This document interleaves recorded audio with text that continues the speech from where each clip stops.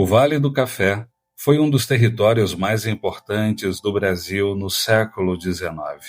Essas terras se transformaram no grande motor da economia nacional. Foi daqui que saiu parte da riqueza que ajudou a sustentar o império, movimentando estradas, portos, bancos e o comércio internacional. O café transformou pequenas vilas em centros de poder e fez surgir algumas das maiores fortunas do país. Mas toda essa grandiosidade também carregava seus contrastes. O luxo das fazendas, os casarões imponentes e o crescimento econômico caminharam lado a lado com a exploração do trabalho escravizado. Marca profunda e dolorosa da construção dessa riqueza. O Vale do Paraíba se tornou símbolo da prosperidade, mas também de um dos períodos mais duros da história brasileira. E no centro dessa transformação existiu um homem que enxergou o futuro antes de muitos: Custódio Ferreira Leite. Ele não herdou o vale, ele ajudou a desenhá-lo. Enquanto o Brasil ainda expandia suas fronteiras econômicas, um estropeiro vindo de Minas Gerais construía no lombo de mulas e na abertura dos caminhos a base da região que se tornaria o coração econômico do país. Custódio Ferreira Leite não foi apenas um fazendeiro de café. Ele foi financiador, articulador, construtor de caminhos e peça central do desenvolvimento regional. Antes mesmo do café atingir o auge, ele já entendia a importância da logística, das conexões comerciais e do controle das rotas entre Minas Gerais e Rio de Janeiro. Ele foi o homem que transformou as trilhas em cidade. Diferente de outros grandes nomes do período, Custódio não construiu a sua imagem em torno do luxo ou da ostentação pública. O barão de Airuoca preferia a discrição do comando.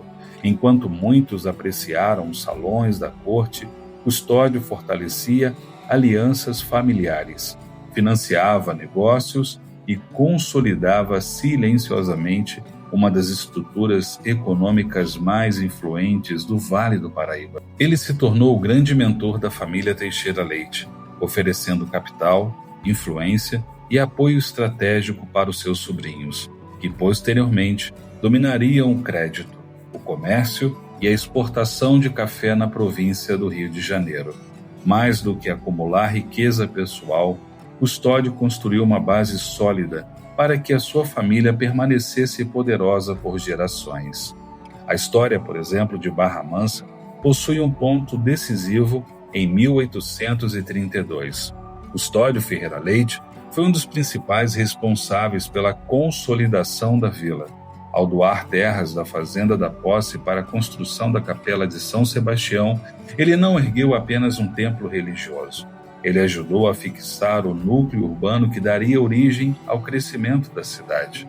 Custódio entendia algo que poucos percebiam naquele momento: quem controlasse os caminhos e os pontos de circulação de riqueza controlaria o futuro da região. Barra Mansa ocupava uma posição estratégica entre Minas Gerais e a corte no Rio de Janeiro.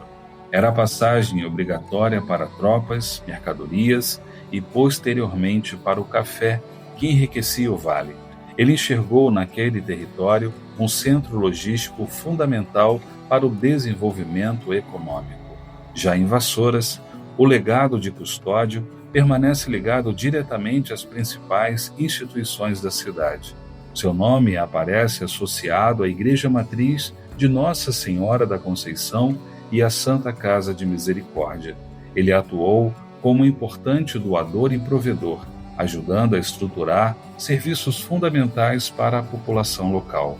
Para Custódio, progresso não significava apenas riqueza privada. Ele compreendia que uma cidade forte precisava de instituições sólidas, capazes de sustentar a vida urbana, a assistência social e a organização da sociedade. Esse pensamento ajudou Vassouras a se consolidar como uma das cidades mais importantes do Vale do Café. Sem filhos legítimos, Custódio decidiu expandir o seu legado através da família. Ele funcionou como suporte financeiro e político para os seus sobrinhos, fortalecendo o crescimento do clã Teixeira Leite. uma das famílias mais poderosas da história do Vale do Paraíba. A influência da família ultrapassou os limites das fazendas. Eles passaram a controlar crédito, exportações e investimentos ligados ao café. Custódio não construiu apenas propriedades rurais. Ele estruturou uma verdadeira rede familiar de poder econômico, capaz de influenciar o destino da região durante décadas. Seu maior legado, talvez, não tenha sido uma fazenda ou título de nobreza, mas a criação de uma base financeira estratégica que sobreviveu às mudanças do tempo. Com o passar dos anos, o Brasil mudou. O Império chegou ao fim, a República foi proclamada e a economia cafeira começou a enfrentar transformações profundas. Muitas grandes fortunas desapareceram nesse processo, mas os Teixeira Leites provaram que a sua estrutura financeira era diferente. O maior símbolo dessa continuidade foi Eufrásia Teixeira Leite. Enquanto diversas famílias tradicionais perderam patrimônio com a crise do modelo agrário, Eufrásia rompeu fronteiras. Ela levou o capital da família para o mercado financeiro internacional e multiplicou a fortuna investindo fora do Brasil. Ela atravessou o século XIX, entrou no século XX e demonstrou uma capacidade rara de adaptação econômica. Eufrásia se tornou a prova definitiva de que o legado deixado por Custódio Ferreira Leite não estava baseado apenas na terra ou no café, mas principalmente em visão estratégica em longo prazo. O Barão de Airuoca faleceu em 17 de novembro de 1859, na fazenda de Lourissal, em Mar de Espanha, Minas Gerais. Mesmo sendo dos homens que ajudaram a moldar o desenvolvimento do Vale do Paraíba Fluminense, sua história terminou em solo mineiro. Décadas depois, em 1959, durante o centenário de sua morte, seus restos mortais foram transladados para o cemitério das Mercês, na mesma cidade. O tropeiro visionário que o ajudou a abrir os caminhos do progresso escolheu Minas Gerais como descanso eterno, mas seu legado permaneceu vivo no Vale, nas cidades que cresceram, nas instituições que ajudou a fortalecer e na influência econômica que atravessou gerações. Custódio Ferreira Leite provou que o verdadeiro poder não está apenas na riqueza acumulada, mas na profundidade do alicerce deixado para o futuro. Seu nome talvez não seja tão lembrado quanto a de outros barões do café, mas a sua influência ajudou a construir parte da história do Vale do Paraíba e do próprio Brasil.